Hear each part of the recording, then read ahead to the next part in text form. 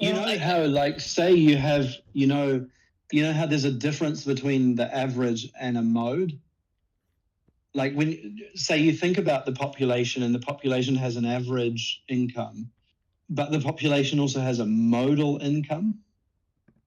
So, and mode just means like, really just means sort of the now.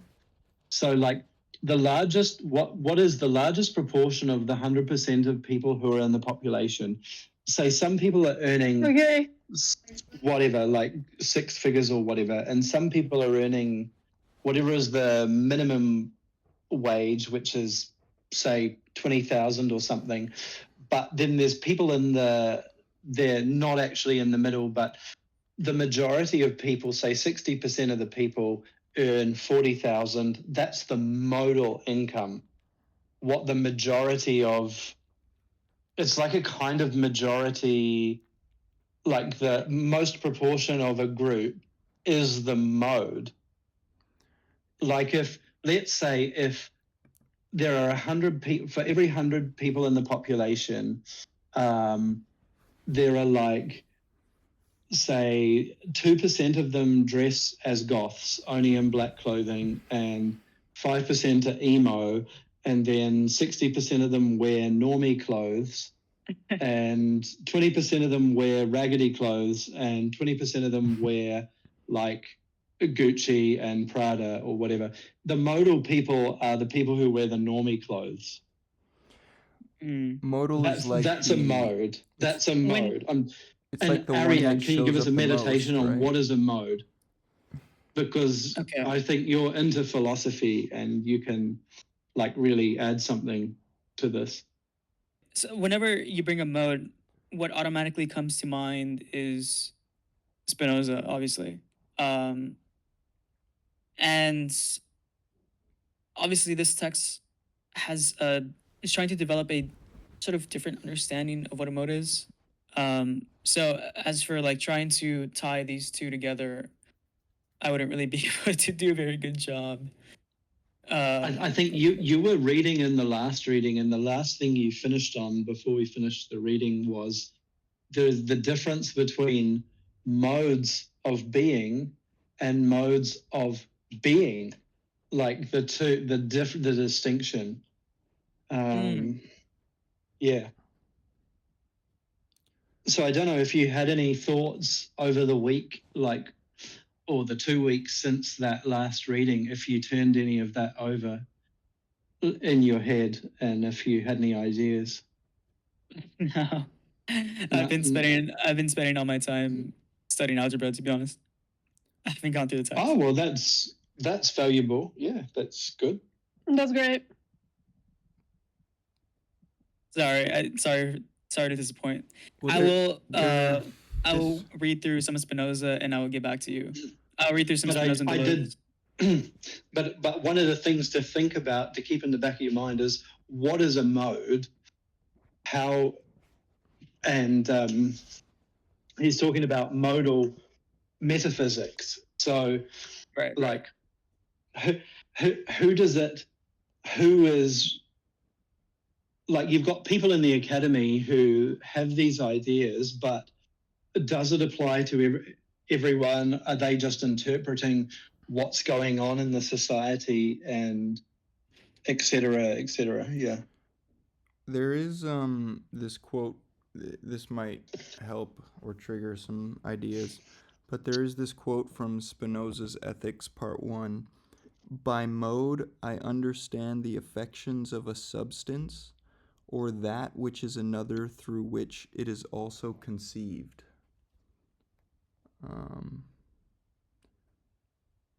So in this case, a mode is like a specific manifestation of a substance or a specific way that a substance expresses itself.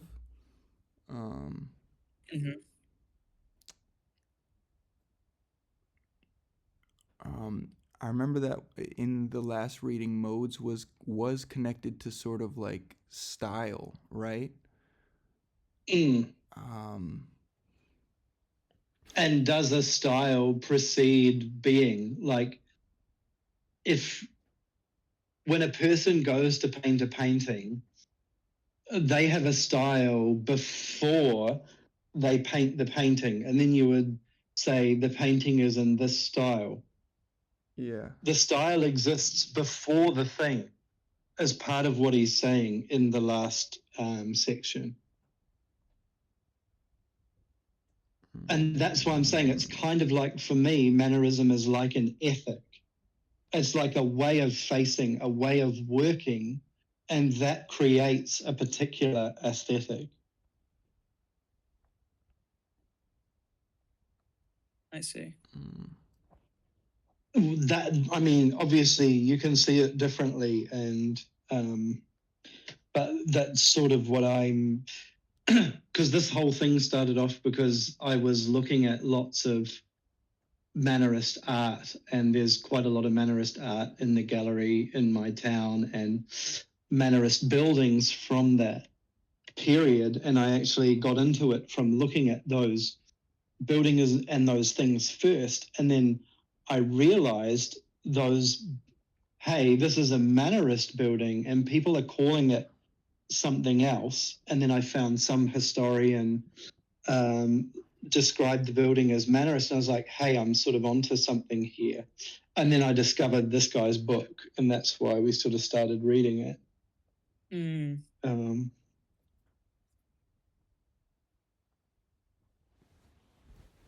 But yeah, shall we start and read this first, this section? Yes. Yeah. And see what we get out of it.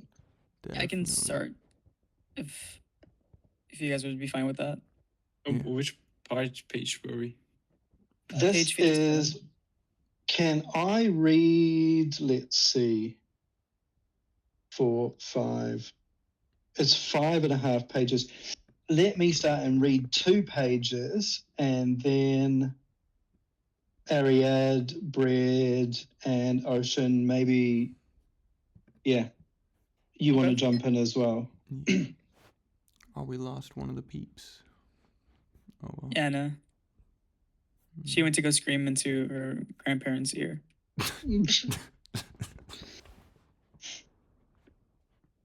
All right. Sorry, that was corny. All right, let's go. Here we go. Whitehead, the heritage of the new. Where do the modes come from? On the one hand, their givenness is arbitrary, which means random, or contingent, since it is not a matter of legitimating or prioritizing one over the other. Their number cannot be determined in advance. New ones are still discovered, and they engender, bring into being, one another in a dialectic of existence. On the other hand, they are qualities or possibilities that exceed the actual and that seem to subsist outside of time. They are, de jure, always possible, de facto, always effectible, and at every moment. As pure generative suchness, modes are timeless, not in the sense of enduring through time, but in the sense of actively entering into the constitution of every moment. Perhaps we should say with Whitehead that the modes are eternal objects, non-exhaustive potentials that abide outside of experience, but that are always on the verge of becoming. Like whatever singularities, eternal objects are objects of pure contemplation. They are powers of appearing that each time they are called upon appear abruptly as always having been.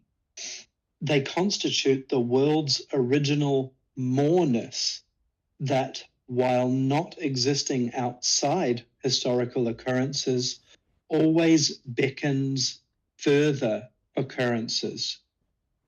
As set out in his Process and Reality, an essay in cosmology from 1929, Whitehead's theory of individuation can be read as another possible inventory of expressive modes. Like Sorial's, it is rooted in William James's concept of pure experience, which defines a thesis not as a passive experience rooted in the subject, but as the bare activity of the world, the general disjunctive process of ongoing activity, which always has yet to sort itself in determinate becomings. According to Whitehead's ontological principle, the final real things of which the world is made up are actual entities or actual occasions. Yet what constitutes experience as flux is the modality in which their determinedness is combined by the indeterminateness of eternal objects in further discrete but cumulative individuations. This is because each actual entity is dipolar and knows both physical and conceptual prehensions. Physical prehensions concern the other actual entities that partake in individuation as its objective data, while conceptual prehensions have eternal objects as the ingredients of individuation. While other entities are thus the efficient or material causes prehended in the actual entity, these do not explain it and merely appear as its real potential. How they will cause is determined by the manner in which the data are taken up in their compossibility, and this involves the ingression of possibles or pure potentialities. Every actual entity has a self-differentiating or creative manner in which it blends both the material flux of the world and eternal objects, coloring the former with the latter. This special inflection of matter and manner is thus what characterizes the mode of existence of new actual entities. If matter is bare activity, insistence, and eternal objects are pure virtualities, subsistence, then subjective form is the force that pulls itself forward and that circulates between them, concretizing both in the actual occurrence of a constructive functioning existence. How an actual entity becomes constitutes what an actual entity is. When Sorial and Whitehead speak about experience, this is not the experience of nature by something abstracted from it, just as aesthetic values are not a supplement added to nature by a perceiving subject. Rather, experience or process constitutes a generalized aesthetics. Subjective experience is itself a factor of and in existence, since it determines the effectiveness of a prehension in the occasion of experience of which this prehension is a detail of activity. In this sense, all reality depends on the experience of subjects, and there is nothing outside of subjects. This pertains not just epistemologically, but also ontologically, which is why a new language uncontaminated with the subject-predicate form and the ensuing difference between primary and secondary qualities is needed. Aesthetics is a theory of nature consisting of a multiplicity of centers of experience, since feeling is the felt concrescence of every becoming. Feeling is fully clothed with matter and thus partakes in an extensive continuum. but the primordial form of all relation and composition, as well as the immediate unity of a mode of existence, its how of feeling, is affective tonality or intensity. Like Mannerist art, Mannerist aesthetics has less to do with aesthetic appreciation than with the enjoyment of creativity. There exists nothing but subjects that use an anterior world made up of other subjects, but the matter in which the world is passed on in each is new and is not itself past or eternal. Beyond manner, we find merely the trace of the possible, but a possible that does not exist outside its variations. In Soriao and Whitehead, individuals do not participate in eternal objects, rather eternal objects ingress in individuations. The latter revolve around the former and not vice versa. For this reason, the question where the modes considered for themselves come from was perhaps not posed correctly. Eternal objects are not created, but they are the conditions of creativity. Manners are not localizable abstractions that we never encounter as such, but they nonetheless function like attractions in the individuation of a subject of experience. And as we have already seen in Deleuze and Guattari's treatment of language, individuation never stops. Ariad, would you like to pick up from this also? Sure. This also means that we cannot own the manners in the Kantian sense of a subject that projects its own way of experiencing on nature. Rather, nature itself only exists in the ways in which experience is made, in the selective modalities in which it is inherited, in the way of enjoyment that lies in the imagination of possibilities and the evaluation of what is relevant or important. There is no difference in nature between production and reproduction, only a difference of degree.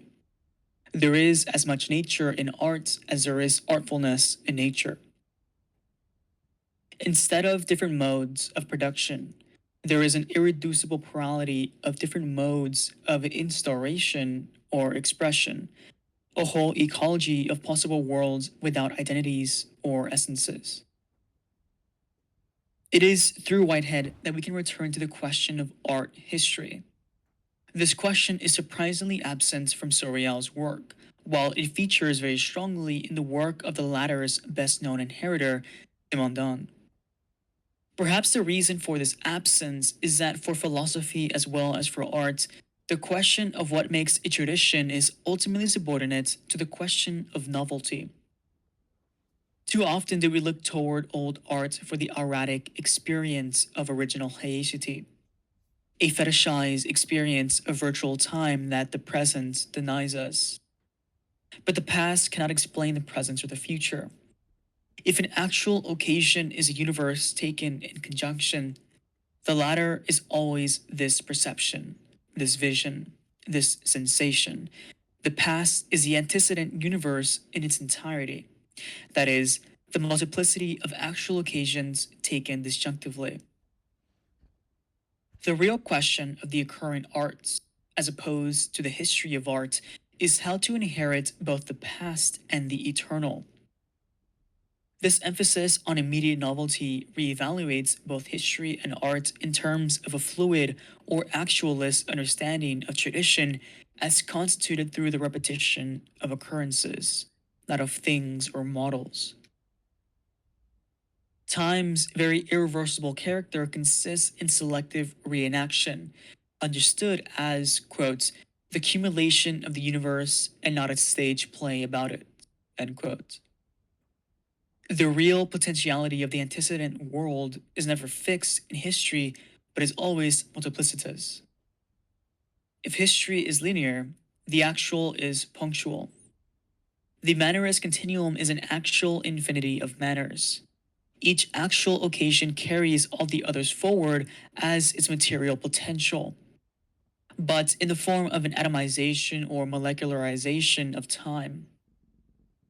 As Whitehead argues against Bergson, duration itself derives from these events, but never produces them by itself. Quotes, there is a becoming of continuity, but no continuity of becoming, end quote. This again confirms that, instead of seeing manner as a particular variation on a general and established norm, it must be defined by a certain creativity or novelty. The irreducibility of matter and manner means that experience cannot be reduced to a function that is entirely explained in terms of continuity. The time of the events is not the time of movement. Rather, in the classical canon of art, every manner is a moment that is both singular and universal. With Sorial and Whitehead, Mannerism appears not as a negation of classicism, but claims its own full positivity. What counts is not the plurality of particular manners, but the multiplicity of manners as opposed to all mereology. The mannerist cosmos is a heterogenesis or heterosynthesis of the many as such. And this is why philosophy can provide us with a different outlook on its place in art history. Understood as occurrence, art is an activity that derives neither from an essence nor from a potential being, but rather from other beings in action. We thus encounter the same problem that historians of style were confronted with, that of formal consistency or identity in action. It is a problem of the fashioning of artistic identity, the basis of the academic tradition of artistic education, which begins with Mannerism. Now, according to Vasari, style is una cierta belleza continuata in ogni minima cosa, a certain beauty continued in each small thing, the legibility of unifying intention in the objects.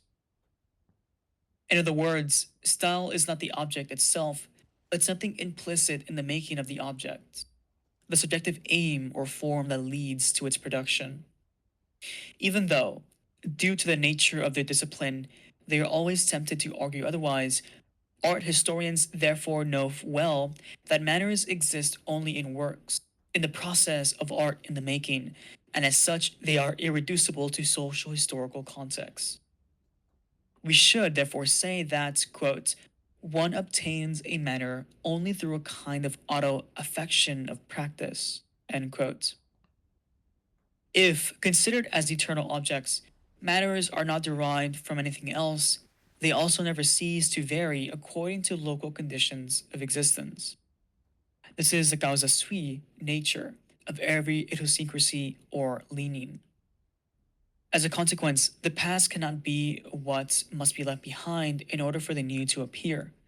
Mannerism is an art that does not begin by rejecting the given, the existing.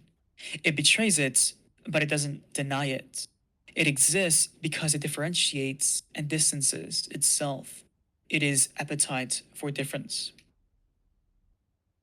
Is it possible for art history to experience a work of art in its novelty? A novelty that exceeds the historicity of being a trace from the past. It's, as it was, art history based on style, from the rise of the consciousness of style among artists and patrons in the 16th century up to most of the 20th century, has often been declared dead.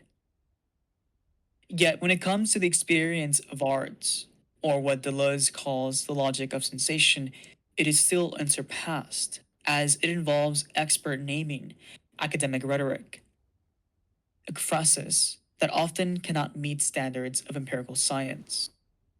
In fact, it is perhaps here, in its power of describing style in terms of individuating traits and ethological territories, rather than subjects and characteristic predicates, that mannerist philosophy comes into its own.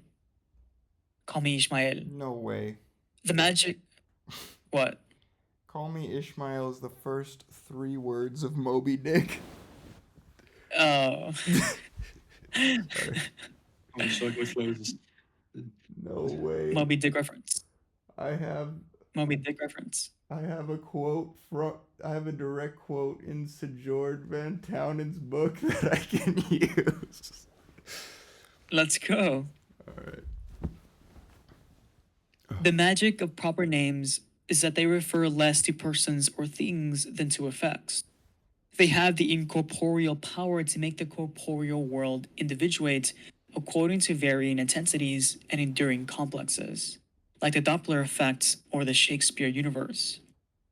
Just as infinite verbs describe the forces or modalities of individuation, as in the tree greens or le tri pommesque in Cézanne's apples.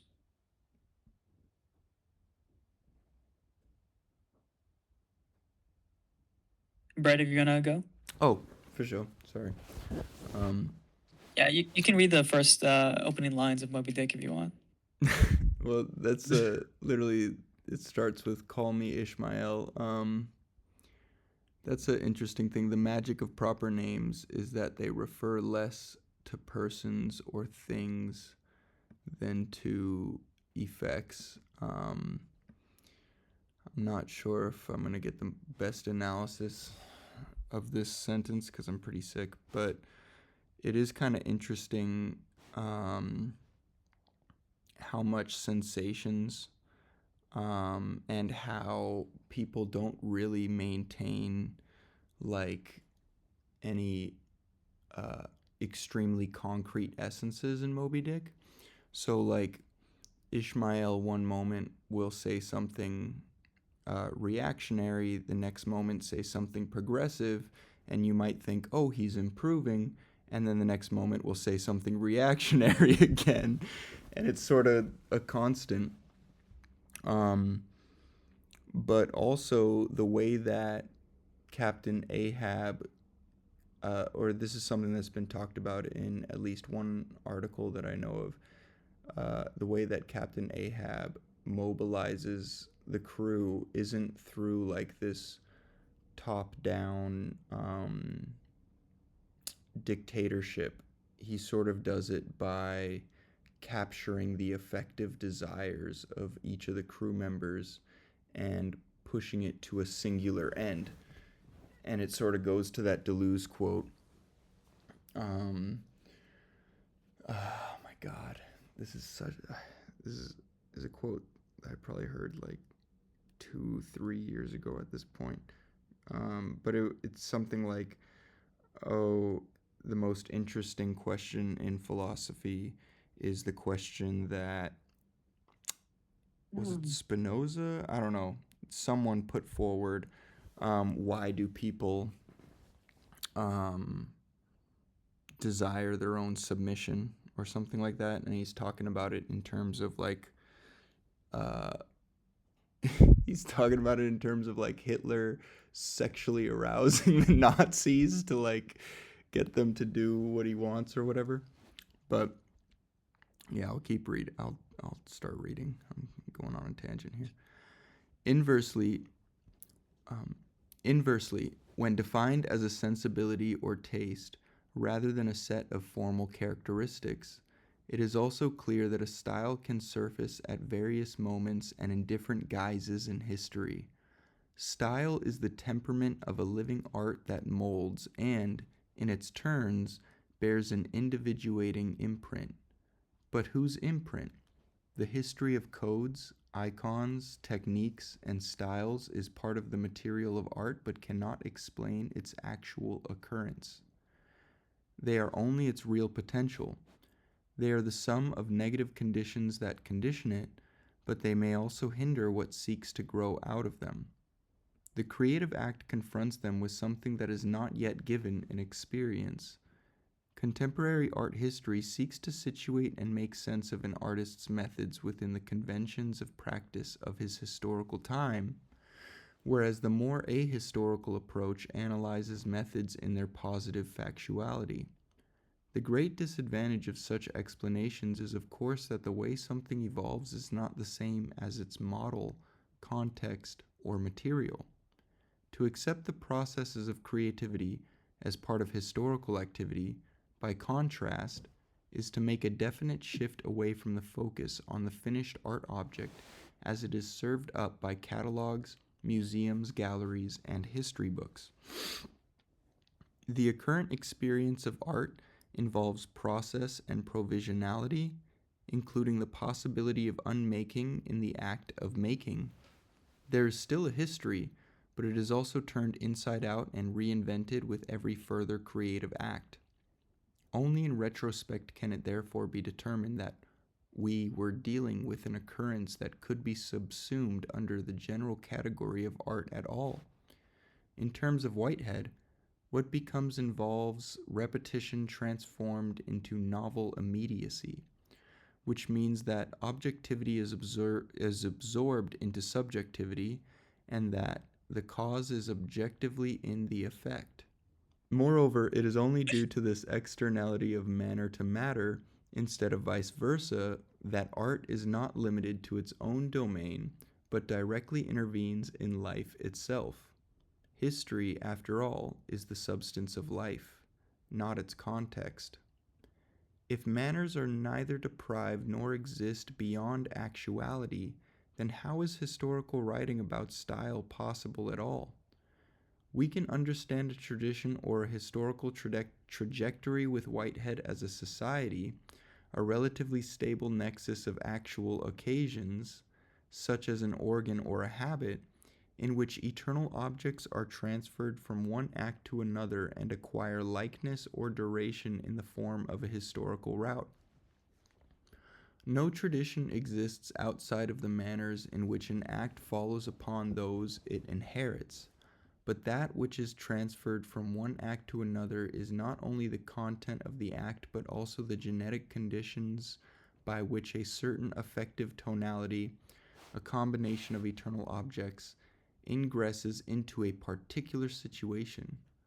While it intensifies or weakens, a style therefore always transgresses this situation and contains both its consistency and its plastic potential.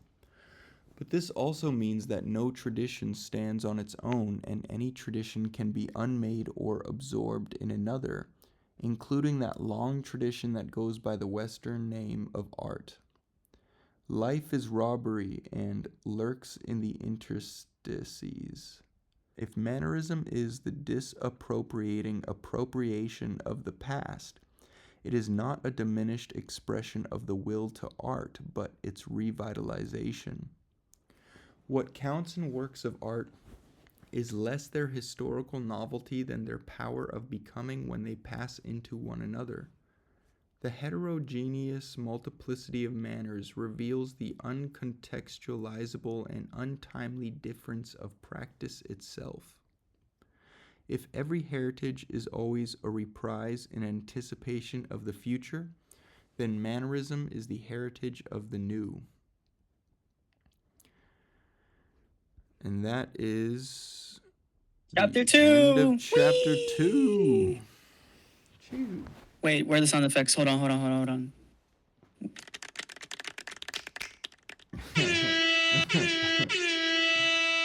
That's awesome. I don't know. So, do you have any thoughts, or is brain empty? I had a couple when we were first reading through, but I didn't take notes this time, so I don't. All good. But since it mentioned "Call Me Ishmael," Oh God. I know. Jay asked if Moby Dick was like the Mannerist text of the 19th century earlier, and I kind of hesitated.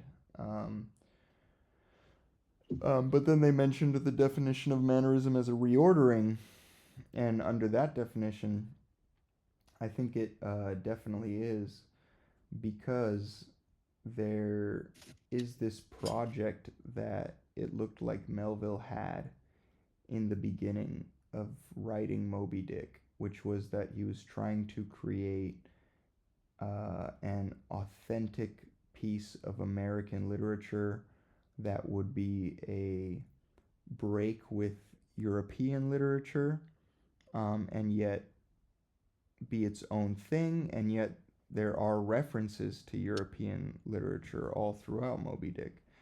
And it seems like by the end of Moby Dick, he completely gave up that entire goal.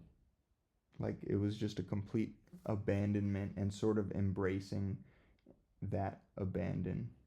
Um, I think that could be seen as a reordering in a certain way.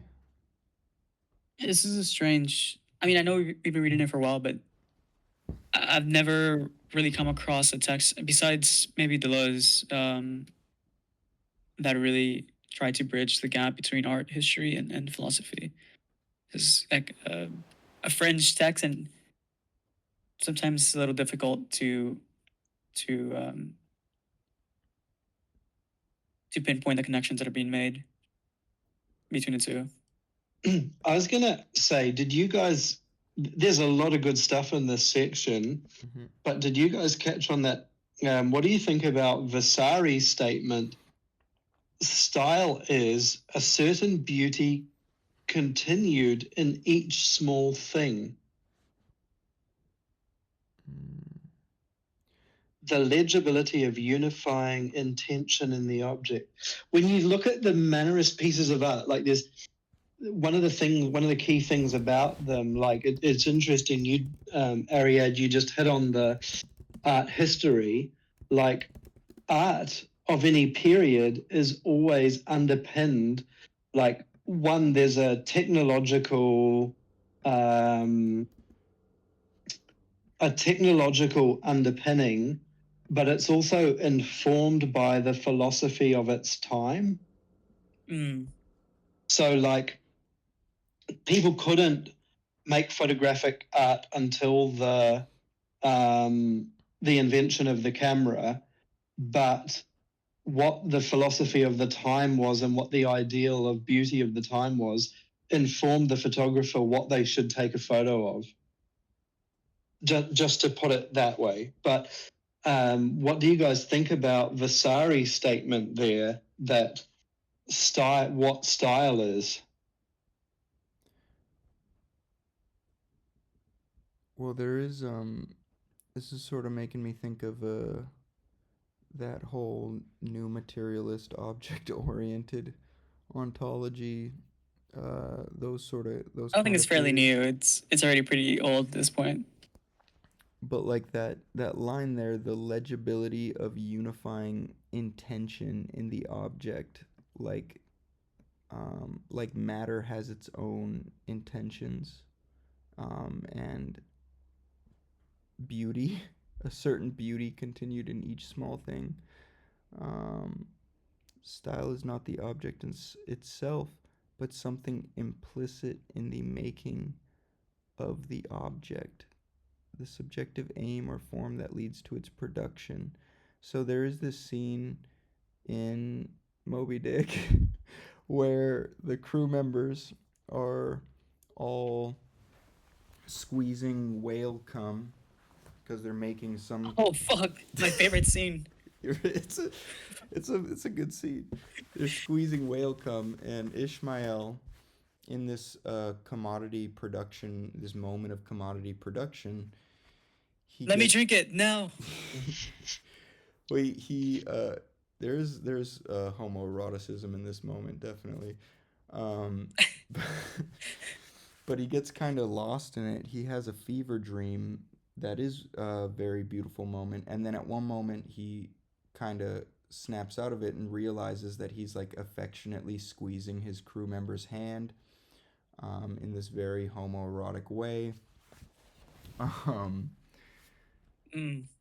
So I wish I could draw this out to something more concrete, but yeah, that idea that style is not in the object but in the making of the object, and that there is a certain beauty in each small thing, and that each object has its own intention.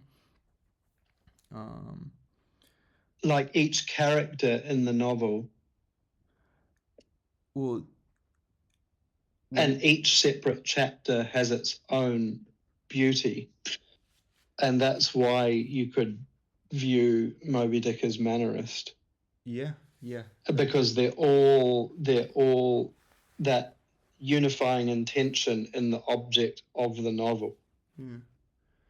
And those and its chapters are a legibility. multitude because it's literally like 130 chapters. Mm.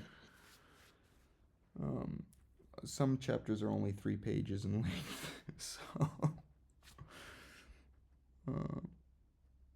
I'm sorry, what was the last thing you said before I rudely cut you off? About the about style.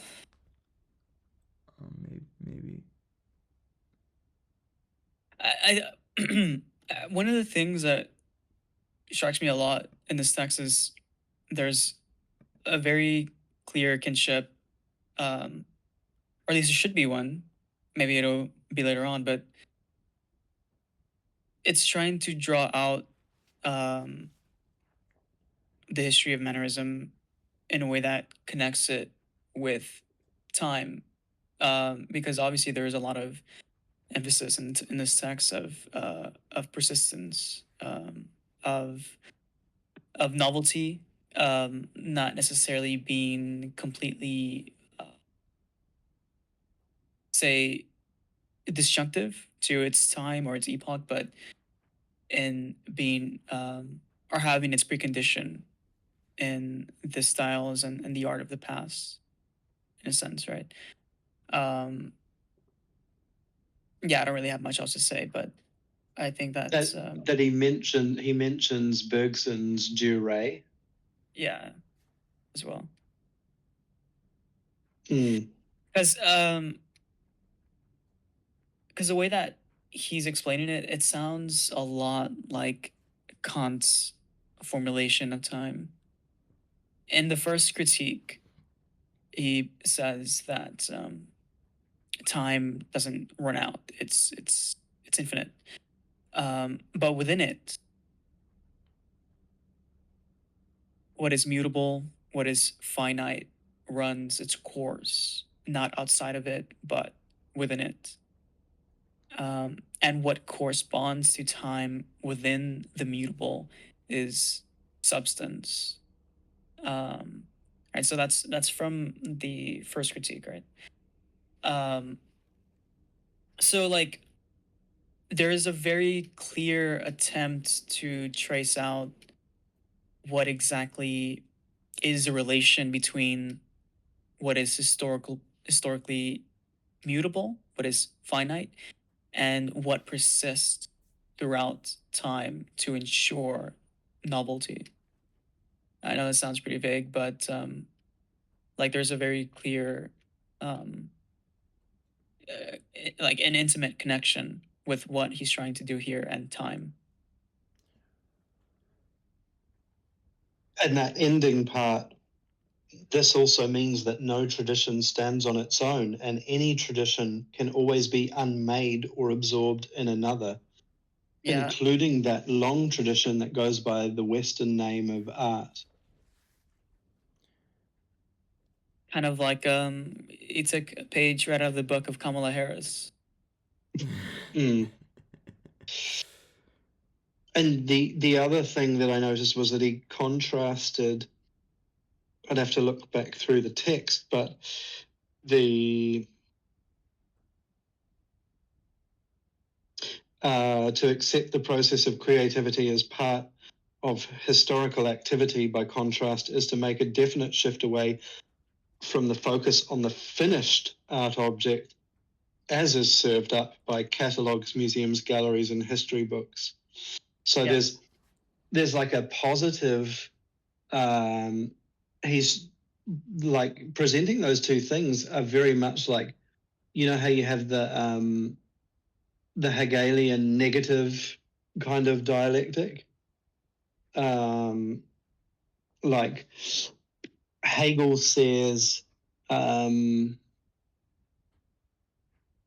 the pyramid is is an incomplete ideal that must be redeemed through the use of ornament and statuary, right? So the pure, the pyramid building is kind of, it's a negative because it must be redeemed through ornament and with the use of statues. And then on the other hand, you would have a person who argues the positive, John Ruskin, saying ornament is the principal part of architecture. It is in that part which impresses on a building characteristics either beautiful or venerable, but otherwise unnecessary. So you've got one saying ornament is the principal part, and then you've got Hegel on the other hand saying the building is like a negative that must be redeemed. And then he like, I just, that hit me in the like he's contrasting those two things, the two approaches to art history, or the two ways to read art history. One is a negative. They are the sum of negative conditions that condition it. But they may also hinder what seeks to grow out of them. The creative act confronts them with something that is not yet given in experience. On the notions of time that were being discussed, it sort of does remind me of this more newer theoretical lens called queer temporality. And queer temporality is just basically the idea that queer people do not have normative experiences or understandings of time, that they don't experience time in a linear. I don't. Yeah, I mean, yeah, there's probably a lot of resonation here in terms of like not experiencing time as a linear heteronormative conception, especially if you think about certain traumas that are enacted. I mean, a similar lens could be looking through it with a racial lens, but I'm not sure if that is a theory yet or anything like that. But that sense of maybe disassociation that comes about from certain traumas that are put onto queer people, or just even in terms of like linear conceptions of time with certain milestones that straight people have, whether it's like marriage, reproduction, death, and stuff like that. So queer temporality really explores a more cyclical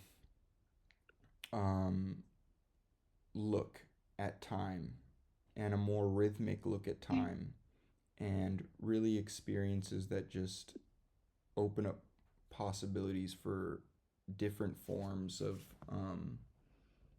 existing and stuff like that. And in the thing that we were just reading, there's a pretty, or even just in mannerism in general, in what we've read so far,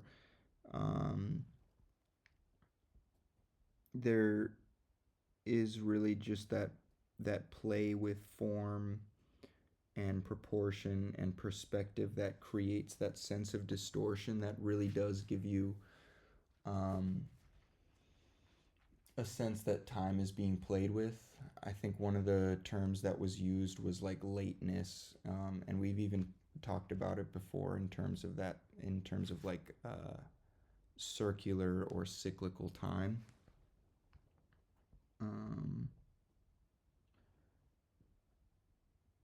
So yeah.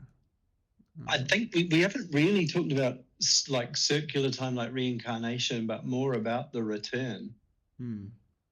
Yeah. Yeah. Yo, this is And completely off topic. how do you feel? How do you feel about that last statement?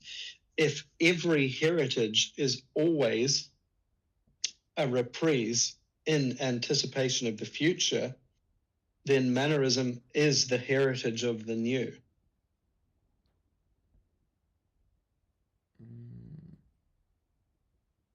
I do like that. I mean, I'm gonna goddamn tie it back to fucking Moby Dick again, cause um, Oh in god. I mean, when he's making that book, right, a lot of the um, conceptions uh, are really future, or a lot of the conceptions of relationships are really future oriented. Um, like, I'm not sure if um, like a lot of the queer relations that go on uh, were were pretty like as if Melville was imagining a future America um, that had this democratic spirit, that had this embracing of queer sexuality that wasn't around during that period in time. And in doing so, and like he's trying to create an authentically American text shortly after breaking away from, um, you know, European society, or trying to break away from the European novels and stuff like that. So even that is like a future endeavor in order to create this art piece. Um, and it kind of relates to this thing here, right? The quote, the occurrent experience of art involves process and provisionality, including the possibility of unmaking in the act of making. And sort of like what was mentioned before, he completely abandoned the project by the end of Moby Dick. Like, in trying to make an authentically American novel, he completely unmakes the project entirely and just abandons it and is like, nah, this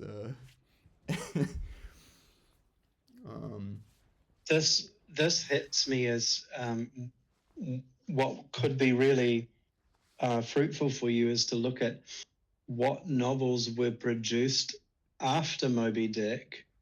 What was the biggest thing after Moby Dick before the Civil War broke out? mm, And then to compare that against Moby Dick. ooh. Yeah, I know We'll write about this on the theory chat. Yeah, imagine if this was the Mannerist reordering or breakthrough, what was the next thing that came in the 20-year period between that book and the start of the Civil War? And was there a trend in that next 20 years?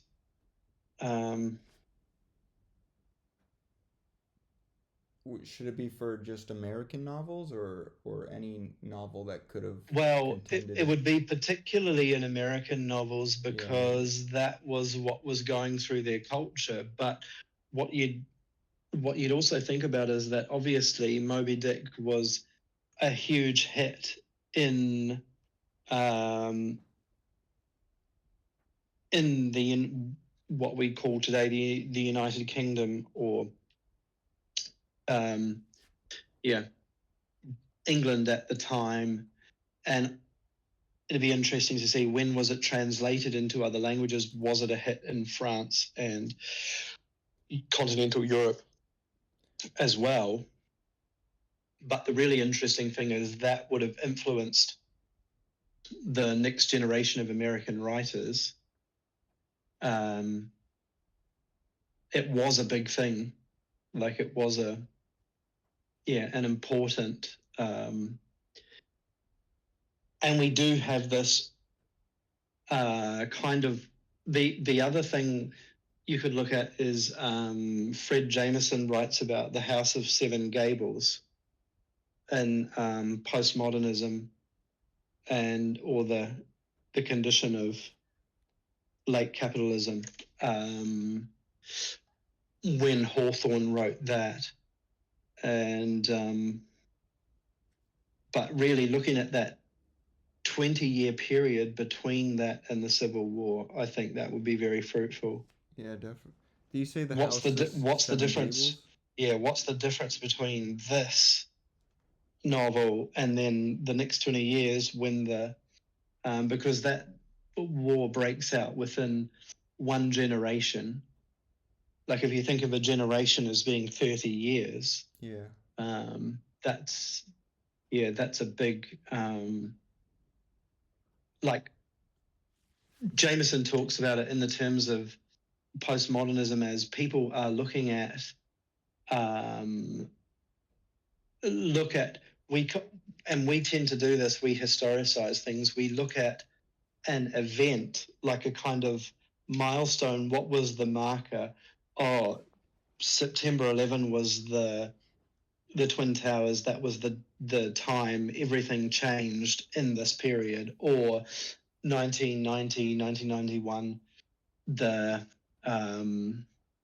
Gulf War started. Or like we look at it for a marker, Yeah. but the marker isn't really the thing. It's just a point in time that we're kind of using in a vulgar way to to conceptualize that time space at that point in time. So there was the Blithedale Romance by Nathaniel Hawthorne that came out like 1 year later. Um, I'm not that big of a Nathaniel Hawthorne fan, personally. And I think, but there's some decent stuff with him. That was sort of like exploring like the. It was basically like a text of growing disillusionment with those utopian ideals of American transcendentalism.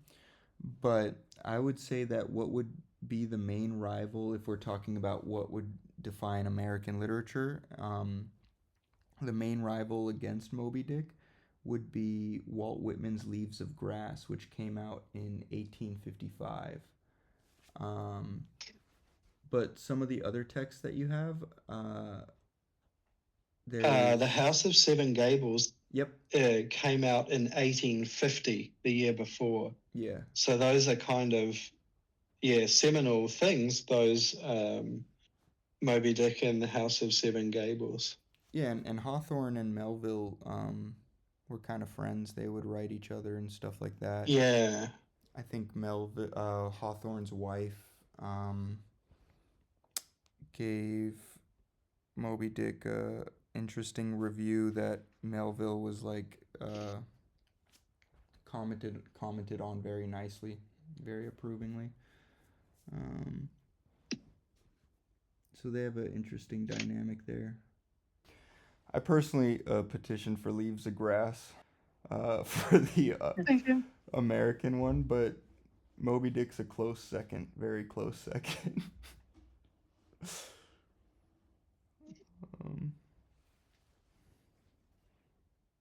It's just Leaves of Grass is kind of wild. Google is telling me Uncle Tom's Cabin was also in the 1850s. Yeah. Was that 1852? Something like that. Oh, I couldn't tell you the date. There's North and South, Elizabeth Gaskell, Madame Bovary, David Copperfield, Moby Dick, The Scarlet Letter, Bleak House, and Leaves of Grass.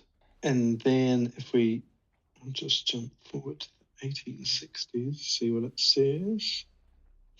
Great Expectations, War and Peace, Les Miserables, The Idiot, The Woman in White, Fathers and Sons, The Moonstone, Journey to the Center of the Earth by Jules Verne. Ooh. Yeah, it's interesting because Don't know if you see a trend appearing there. I'm not too sure with that, but like leading up to the Civil War and if I remember correctly, I think it's like, was it Thoreau that died, or Emerson and Margaret Fuller, like two pretty strong pillars of the Transcendentalist movement died. And then there was sort of all these social contentions happening, and then literally like the Civil War broke out like a year later. And then you sort of see just like a year before the Civil War, that's when the American Transcendentalist movement just fucking died. And so the way I see it is that I think we talked about this in one of the channels, but the way I see it is basically like people grew very disillusioned with these ideas of individual forms of resistance, because they're like, okay, we are much more socially connected. Or at the very least, there has to be more collective and social forms of resistance. And also, two of their main figures died that were like, Yeah. so it's a pretty big blow. They're like, okay, we're not gonna get rid of the like imperialist state by not paying our taxes and individually going to jail. Like, we gotta, maybe there's got to be more collective forms Do of something resistance more. here. Yeah. Hey, I'd be down for that. Fuck it. Why not? I mean, Just don't pay your taxes. Civil Disobedience is a really cool text by Thoreau on like Yeah, we should read it. Just don't pay your taxes and blow up all national infrastructure. It's already broken here. very. So you can't make it worse. The thing you spoke about with like the time perception of like race and whatnot, like it's gonna be like some epigenetic PTSD. I mean, not the like the pop epigenetic, but the actual epigenetic, like PTSD type of CPTSD, kind of like stress induced kind of like type of thing, right? Because race leaves like really big differences to your perception of things like that, and like generational trauma and whatever post USSR CPTSD the Americans like to talk about for some reason. Yeah, I mean, yeah, exactly. Shit like that. For like how black people experience time differently than white people, it would definitely Yeah, be red femmes also have that. Huh? Red femmes, I don't know why I just fucking remember that, but there was like a branch of feminism or something like that with people like who spoke about that continuously, with how like you have to look at the chromosomes or whatever the fuck. I don't fucking know. Like you have to look at the DNA and how it changed throughout the last generations, and like it spoke about epigenetics. That's interesting. I mean, I think I don't Yeah. even think you really have Sounds to like go. a South Park episode. I don't even think you really have to go that deep. Just like if you think about disassociation during traumatic moments, and for example, like police Yeah. brutality, you know. Yeah. Generational disassociation as well, stuff like this. Yeah, definitely. I think in the Yeah. for queer temporality though, they don't really focus so much on, at least for that like theoretical lens, they don't really focus so much on trauma, though I think that could definitely be another point. They focus more so on like milestones within how the milestones will differ between straight people and queer people. And sorry, who wrote that text or whatever you're referring to? No, that's sort of like a more modern lens of interpretation, or like a theoretical lens to read something through. It's called queer. And is that a theory? Yeah, go ahead. It's just called queer temporality. Okay, that's sick. That's interesting. But the temporality is like what you basically set as your milestone, being like, like literally as like this constitutes meaningful change in my personality throughout like this year, like literally like that, right?